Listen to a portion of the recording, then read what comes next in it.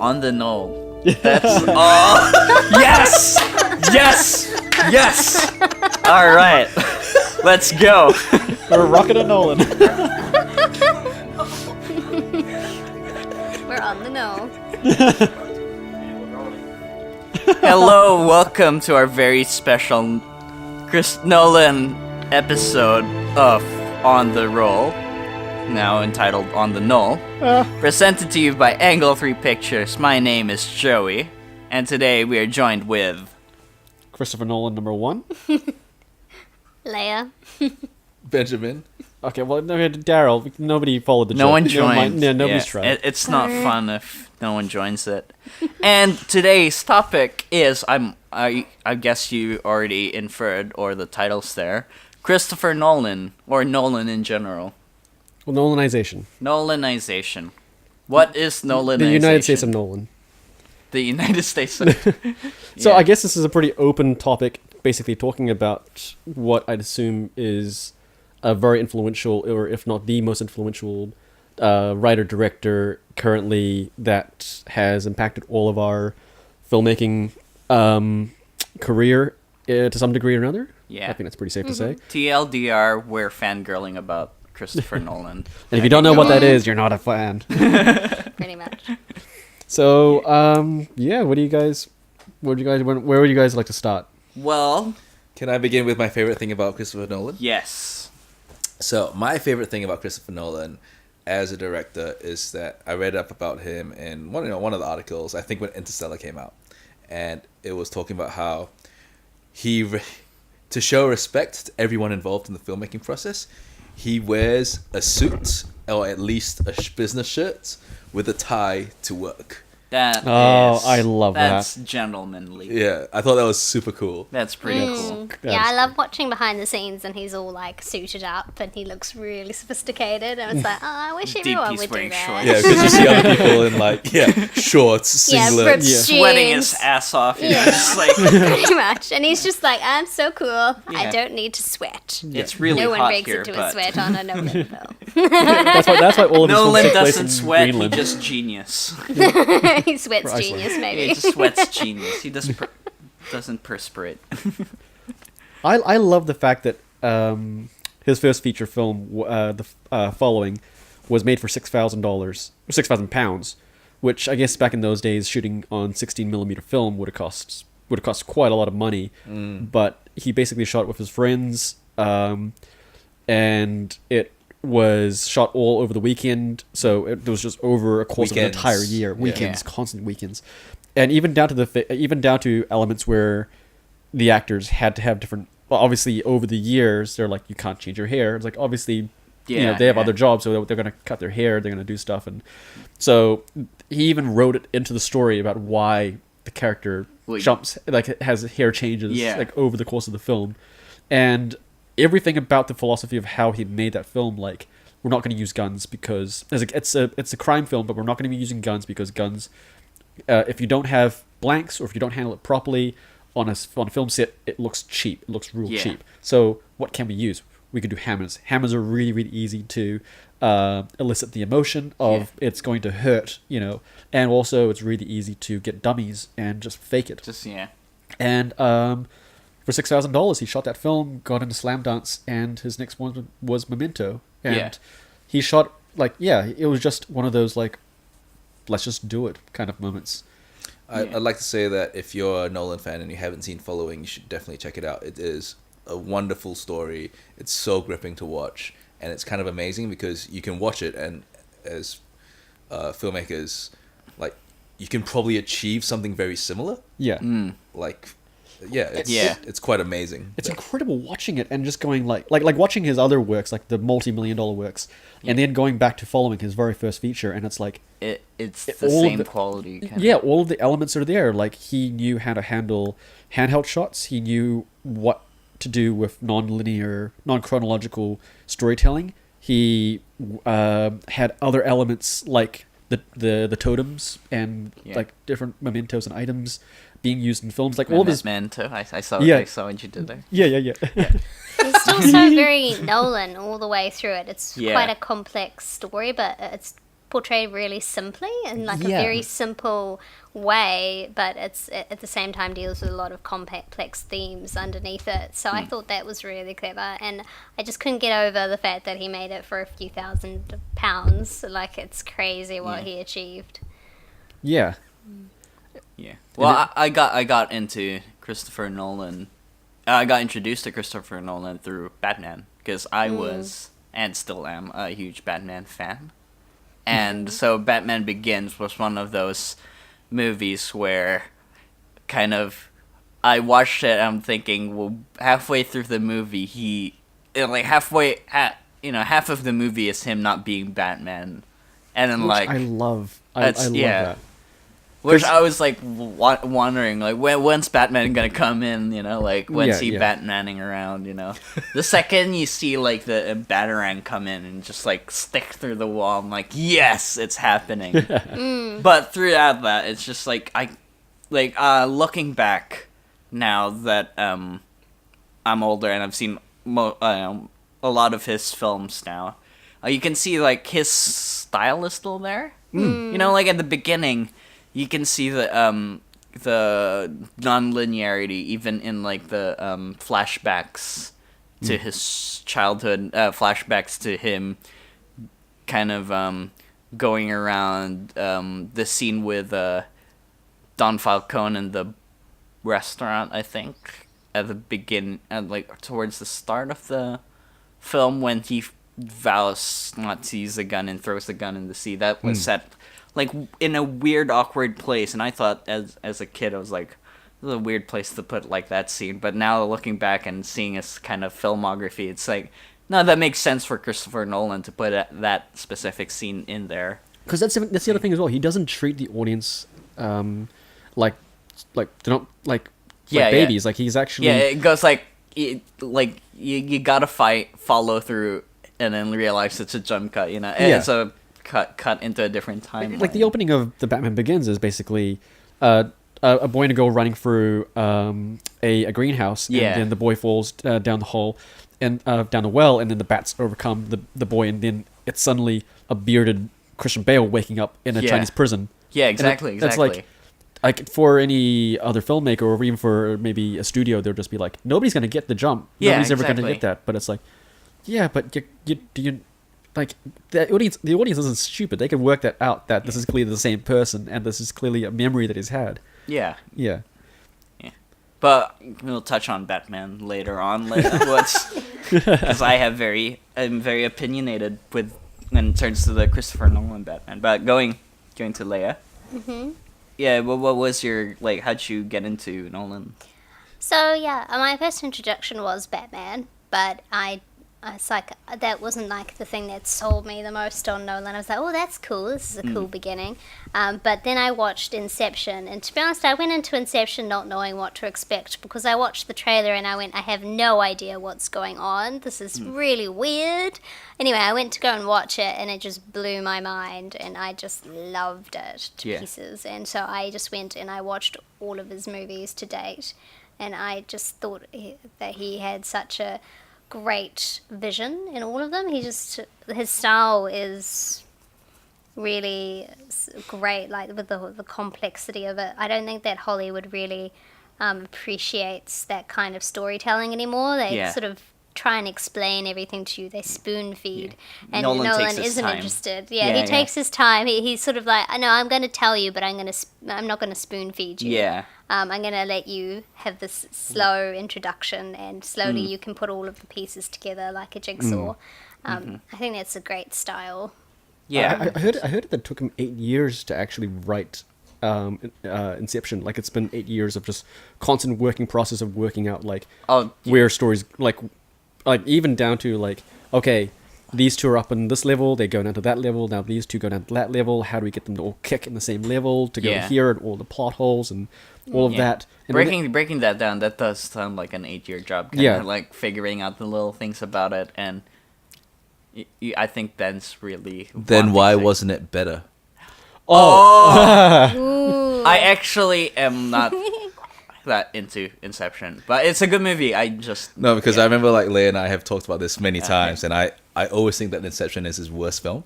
Oh wow. This is where we disagree. Yeah, and that's fine because This it's is Nolan. the final episode of It's still an amazing film. I just feel like for Nolan, it's like his lowest. What would be his highest wow. then? What would you see? Well, as, how would you? Yeah. Well, Yeah, what's your favorite, Nolan? So there are two, and I think they're very close together. And for the life of me, I can't remember the one that was about magic. What's the title? Prestige. Prestige. Now, The Prestige was incredible. Like that was. I think that's his best. Followed very closely by Memento. I think Memento I like better than Prestige. Yeah, and again, think- this is yeah. fine. This is all subjective. Like, Yeah. there's no wrong, there's Yeah. no right. But I really do feel like Inception was kind of, personally, I was very let down by it. Yeah. And can I tell you the things I really wish that he had changed? Okay, Yeah. we're Can going I- to can I- get can I- us can I- can I- can I- Yeah, go for it. Don't- If don't you get were me to wrong. write, if you were Jonathan Nolan and writing, So the two things I would have done that I feel like would have improved it so much, and I very rarely feel this way about films. Where I'm like, oh, they should have changed that, and then it would have been so much better. One of them would have been that in the start or quite early on, we find out that they can go into, they can 2 layers. they can go under layers again and again, and I feel like it should have been just one layer for ages. Yeah. And then they suddenly go like, let's go under again, and like, but you can't. No one has ever done that before, and that should have been the twist, Yeah. or like that Like, allows them it to was them. to go into another descent instead of it being introduced so early on. Yeah. I think. Yeah.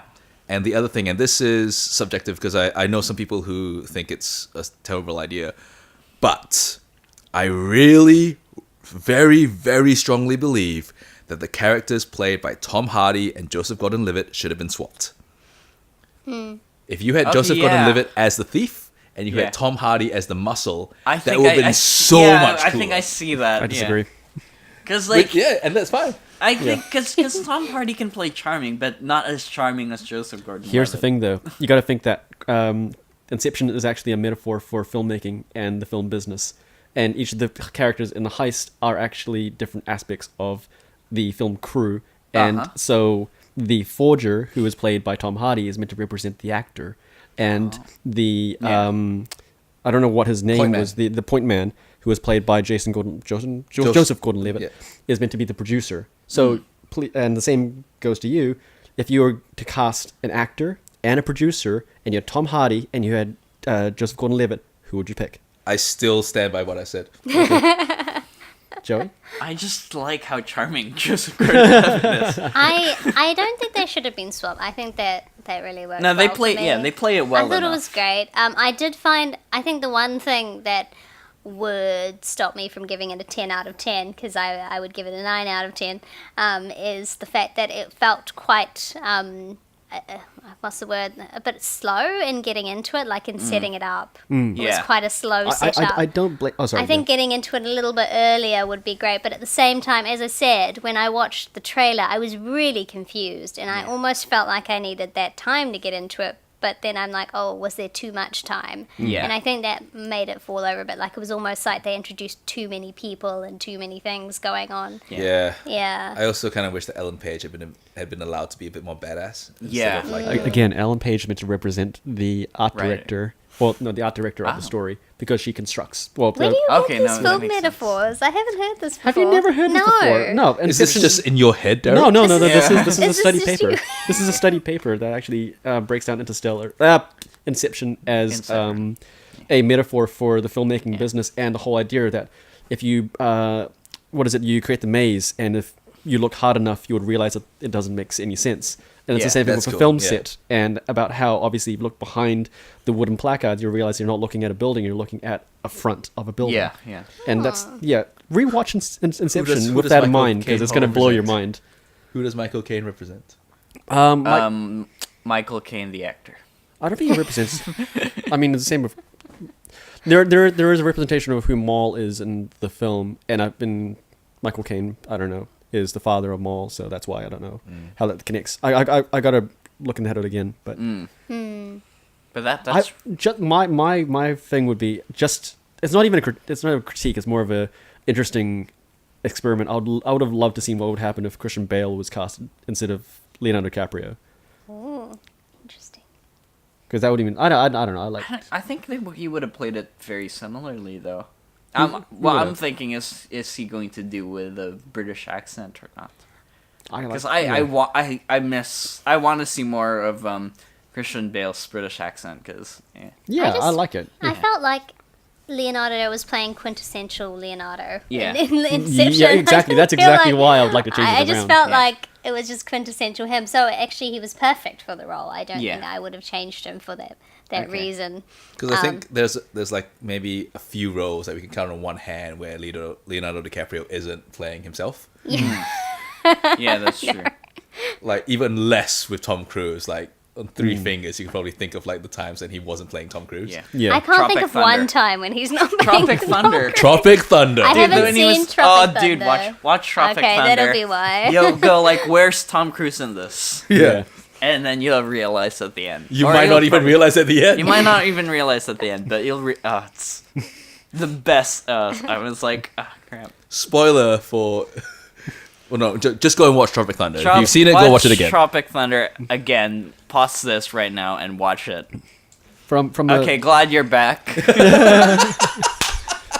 From a cinematography standpoint, on Chris Nolan films, I love the fact, and this is because I'm at the same. I like to feel like I'm keeping. I'm trying to not live up to, but like follow the style that he's sitting. Yeah. And I'm a big fan of what he's sitting as well. Is handheld shoulder rig shooting is a form, is an art, and is still a style. And in Yeah. a world full of cinematographers that want tracks, rails, dollies, jibs, drones, helicopters, like all these controlled shots to try and make the production value way higher, you have Christopher Nolan here who's like, oh, that's great, we're shooting on 70mm IMAX. Is it possible to put on the shoulder? And it's just like, break- the camera's the size of a refrigerator. And I was like, let's just try it out. Let's just see what happens. Could you put that, that oven-sized camera onto a Steadicam? I'm sure it would hold. God. And they broke one, actually, one of the opening scenes in the heist scene in The Dark Knight, where the robbers come, like, zip lining down and land on the top of that building and Yeah. then run up. They did a tracking shot with the Steadicam, and that like snapped, and the arm completely tore Oh, off, gosh. and the camera collapsed on the ground. Did But- they break Man, two cameras? imagine I think if they broke two, dropping, yes. dropping an IMAX camera. Only and the just- most expensive camera. Yeah. Yeah. The other one broke during the car chase. Yes. Yeah, and you can see it in the behind the scenes. Oh, my producer brain is breaking. Yeah. No, because I think what happened is that I think it happened in one of the shots. Yeah. And then they just cut it before that, so you don't see it in Ah. the movie. But like, I think a car crashed into it, or it hit like the wall of the tunnel. Yeah. Yeah. I can't remember. Oh It's no, been a you're while. right. Like it was the Yeah. arm, and then it'll just Dude, this is why we have GoPros. But I love the shoulder rig shooting, and I Yeah. love that. Like, and I'm so glad he's keeping that, Yeah. there in its style. Because, Yeah. I don't know. Like, the thing is, like, I don't, looking back at it, I don't even notice too much that it's, like, shoulder mounted Yeah, cameras. you'd be surprised Yeah. how many It's shoulders so shooting. beautiful, right? Yeah, Like, it's even like Moonlight, you're not a lot of the you're shooting not was noticing. on, Like shoulder. usually, what if people want to like a handheld camera, they really shake Yeah. the camera to make it look, like it's a handheld Yeah. kind of shot. But like the Wait. shot I'm thinking about right now in my head is the Dark Knight scene where they just discovered that the Joker's maybe doing setting up a plot to kill three key people in Gotham City, and there's just a tracking shot, like a shoulder shot of Commissioner Gordon with his, at the time Lieutenant Gordon with his team running into the mayor's office to tell the mayor. Yeah. No, not the mayor. Sorry, the commissioner. Yeah. Like something's wrong. That's the shoulder rig shot, Loeb? and Commissioner Loeb. Commissioner Loeb, yeah. Yeah. But the reason why I love that is because what shoulder rig shooting does is it actually speeds you up in the production. It actually makes like there's no laying down the tracks, there's no putting markers down, there's no lugging this massive Fisher dolly into location. It's like put it on your shoulder, stand by, and action, and just go. And that's what I love. It's the speed at which you can just knock out some of these films. Yeah. And the other fact is that he doesn't like multicam shooting. Like, if he could avoid it, he would totally avoid it. I would agree with that. I find multicam shooting quite annoying, just because you've got to think of all of these different things before you even set it up, and then also restrains you, like with your lighting scenario. Yeah. So I almost feel like sometimes they end up not looking as nice. Yeah. If it's been multicam shot, but yeah, I mean it depends on people's experience as well, because they get used to it and then they just work with the restraints, which is good. But His philosophy was that like he was like, I'm staring at one screen and I'm going to frame that scene to be the best it can be. Yeah. And it's like, but this is just going to be a shot, reverse shot. It's like, yeah, but this shot will be in the film, and I want that to be a good film, a good shot. You know, I'll make everything look great in that shot, and then we'll just turn around and do the next one. Yeah. That's a good mentality in when you're framing a shot and you're kind of shooting it. Yeah. Yeah. And the other thing is practical. I love the fact he does practical. Yeah, like the bus flip the truck flip in Dark Knight is always like that thing that I go to. And the plane. Oh yeah, the plane the that they were planes. dragging around. Yeah. In Dark Knight Rises was another thing. Yeah. Yeah. It's pretty a spectacular opening scene, that plane. Yeah. The only thing I didn't like about it was the sound, because you can't really hear what's being said. Yeah. Yeah. But isn't that just Bane in general? Yeah, that's Yeah, just it's like. Yeah, I know. It's annoying. But you know what I love about the Batman movies, and I think this is pretty much all of Nolan's films, is that the camera always moves. It's always moving. It doesn't. If it's like static, there's a reason for it, or it's because it was like way back, like when Following was being made. I think there's quite a few static shots there because it's cheaper. Yeah. But I think ultimately he's great because it's like constantly moving, and I try and communicate that to people. Like I want it to be moving all the time, like a Nolan film, and then they're kind of like, I don't get it. But when you watch it, it is constantly moving. There's constantly a dolly shot or a tracking, or or a not a tracking. That's the same thing. Or like a handheld shot. There's something going on. Yeah. Hey, And special guest. Mayan just walked into the house. Yeah, and Bun Bun was saying hello. Say hi.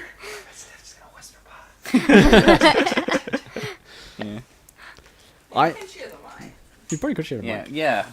Okay, sit in, man. Come on, we're talking Nolan. Oh, cool. Yeah. And we're going to do part 1, part 2. Yeah. We're cutting this out, right? All right. Oh, sorry. I'm gonna move it here. Okay. Hi, man. Hello, man. Hey, man.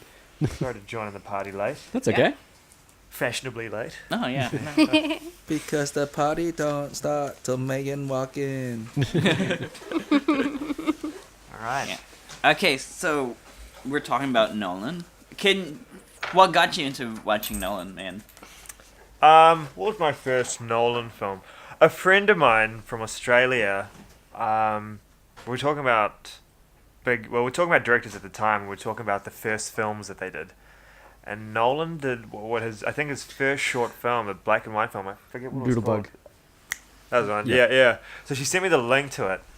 And just in that film alone, you could tell this guy had something, like he had like really unique stories to tell. Like it's such a simple concept. There's no dialogue or anything. I don't know if you've seen it. Yeah, no, yeah. But it's just such a grand concept for such a minor little... What's it about?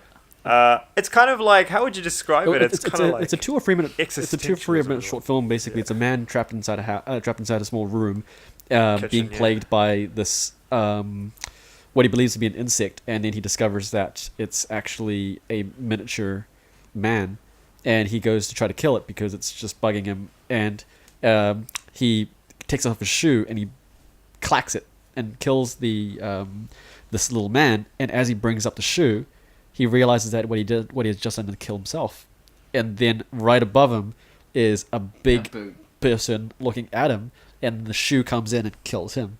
So it's him. Well, it's Yeah. like It's like that. a mirror image. Yeah, it's like a mirror image. You know, Yeah. when you do that mirror and you can see like Yeah. Yeah. the way you frame your camera. Like the Forget that Tesseract effect. in Interstellar. Yeah. So it was totally like Yeah. from that, and then that from then to Prestige, I guess. Yeah. And what was his? Was it the Follower or the Following? Following. The one Yeah. he shot in Hong Kong, or Yeah. Oh no, he that was screened in Hong Kong. He did screen in Hong Kong. That's actually Yeah. what I was told. It was it screened in Hong Kong and actually did really, really well. Yeah. It did so well that actually, from what I've been told, that what led him to when he was writing Dark Knight was like, we're setting this in Hong Kong. Yeah. And they're like, why are we going to Hong Kong? It's like, oh, we're going to Hong Kong for Yeah. so many reasons. Yeah, but yeah. also more of a thank you as well to like for such great reception for Yeah. for- Yeah. Oh, that's so cool. Yeah. That makes sense. That scene in Hong Kong. Yeah. The Hong Kong It scene makes in sense. Dark Yeah, Knight, it makes sense because Gotham City almost is like Hong Kong City represents the eastern version of Gotham City. Yeah, like a metropolitan kind of city. Yeah. Like, It did great for tourism. I could definitely Oh, tell you yeah. that because whenever we're going to Hong Kong, it's like you don't ever point at it and go, "That's the IFC Tower." That's like, "Oh, that's the Batman building." yeah. he did the sky hook thing. Yeah, yeah. That's a great. There've been scene. times where I walk around the building going, "Which is the window that blew out?" Yeah. When can I get my phone so I can spy on this building? Oh, it was the same. It was the same building in the opening scene of The Dark Knight. You know how the opening scene is like a tracking shot. Yeah. It's like a shot towards a building. Yeah. Just one window blows out. Yeah. Yeah. So every time I try to Google map it, a particular street in Chicago, it's like, which window did it? Because it looks like it's Small little bit of trivia. I probably Yeah. will ruin this for you guys. If you look at that opening shot one more time, Yeah. far corner on the left, you can actually see the reflection of the helicopter. Oh, you can? I Yeah. was, the whole time I was watching, it's like, why am I not seeing any reflection? Yeah. Yeah, they're This is just on an no angle, but on a reflection. final Just final just second, out you of can see the shot. peak of a helicopter, Okay. and I'm like, damn it, they could have just cut it for 1 minute before. Yeah. Sorry, 1 second before. Yeah. Um, Is yeah. it just like a slight kind of thing, just- or is it a full? No, helicopter? just like it's just the front of the helicopter just Can edges you into make frame. it out? Oh, wow. You probably could if you did frame by frame. Okay. But that's the other thing as well. I love that because it's filmmaking. It's Yeah, like yeah. like you could Yeah. you, like. You're Like gonna get that shot. You could get that shot in like CG, yeah, you get that shot Yeah. in CG, but but you the might fact as that it's well- practical adds the jeopardy, and that's what I think I love about Nolan films is there is that jeopardy of like, Yeah. the things are exploding, and a plane is now being like, yeah, like held by another plane, like held Yeah. hostage by another plane. It's like those are two planes flying in the sky. That is, Yeah. there's a Yeah. lot of things that are happening inside that. Yeah. Maybe he deliberately didn't cut it so people like you can pick up You on can that. too. It's Yeah. like the jeopardy. maybe that's yeah. He wants to see like the cheats kind of. Yeah. Like hiding. What He do you wants to call make it seem as hiding organic the as cheats kind of possible. thing, Yeah. Oh yeah, and then Memento. I Memento was love- amazing, yeah. I love Memento. Memento would be my top one for Christopher Nolan films. the and, opening shot. Just because of like the structure of it all, having it kind of you slowly trying to piece together what's happening with what you've seen, what you're seeing, Yeah. how that's gonna lead to what You're going came to see. before, and how these characters, how you meet the characters as he's meeting the characters as well, and it's kind of I think people with short-term memory loss kind of what was it it was a journal article maybe commenting on how Memento has produced like a very accurate feeling of how people with short-term memory loss perceive kind of their Reality. reality stuff. So that's been really good, and like the kind of just the black and white kind of thing adds to that sort of noir feeling that Memento has. Yeah. Like as a storytelling element, it's really suspenseful as well Yeah. because they established a rule that the main character Guy Pearce could only remember like certain scenes, certain the real time for only maybe Yeah. it was a couple of minutes or on screen only a couple of minutes. Yeah. So it adds a tension later in the film when they start getting in situations where it's like she's not who she thinks she is, and Yeah. she's telling you like the next couple of minutes you won't even remember this. Yeah, And it's just like, no, please figure it out, please figure it out. And the next scene's like, oh crap, he's just walking into this room and does not know what's happening. Or well, like technically, yeah. Or like he's on the phone and he sees the tattoo last minute, Yeah, that's the other thing. yes. Yeah. I love it how like we are actually on that journey with him and we don't know things as much Yeah, as exactly. he doesn't know things. Yes. I really And- love how that's done. And we're finding out these informations as the character finds it as Yeah. well. So that gives Yeah. you kind of more immersion into that story, which is what I love about Memento. Yeah. So well written. Yeah. So Yeah. well written. Really? Th- Mm. good. that must have taken a while to write as well, because of the kind of the structure of it all. Yeah. Mm. Yeah. Really good. That must have taken a while to write as well, because just because of the Or maybe they wrote it first as a whole story and then just pieced it together. I wonder how they... If I ever meet him in person, I want to ask him that. I want to ask him how he did a lot of like murder mysteries are done that way, where you write a simple crime story, and then you just go backwards, and it's so much...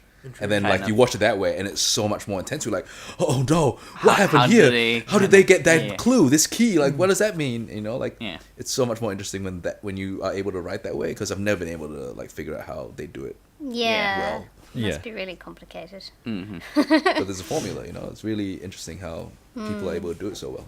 That didn't get picked up, did it? I mean, so... Like by studios and stuff, it was only... No, it did. After following, he... I mean, that was I forgot which tiny budget company. studio film.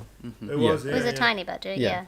Right. Yeah, but he was at Slam Dance promoting following, and he just met a studio guy, and he was like, "What's your next idea?" And it's like, "Well, I've got a crime idea," and then he explained the non-chronological story, and he goes, "Okay, give me your business card right now. we're gonna be chatting." Yeah, because wasn't it shot in Australia? I don't know. Actually, I actually don't know about that. They shot an Australian, Guy Pearce. Yeah, but I mean, that's what I thought, because like that was after Matrix, right? It was just before, I just think, before? actually. It came out just before Matrix. The setting, though, does... I mean, like, certain scenes there, like the diner and stuff, didn't really scream out Australia. Yeah. Yeah, but then, like, you know, like, we're able to shoot American films or American shows all over the world and make them seem American. Yeah. Yeah. Well, let's find out. Yeah. That's all the time we have for now. If you'd like to be a part of this conversation and start fangirling about Christopher Nolan, or maybe have some controversial things about Christopher Nolan, maybe you don't like him as much, please share. What you guys are talking about. Yeah, feel free to talk about it in the comment page in our Facebook and at Angle 3 Pictures. And if you'd like to know more about us, look us up at angle3pictures.com. Sweet cut, that's a wrap.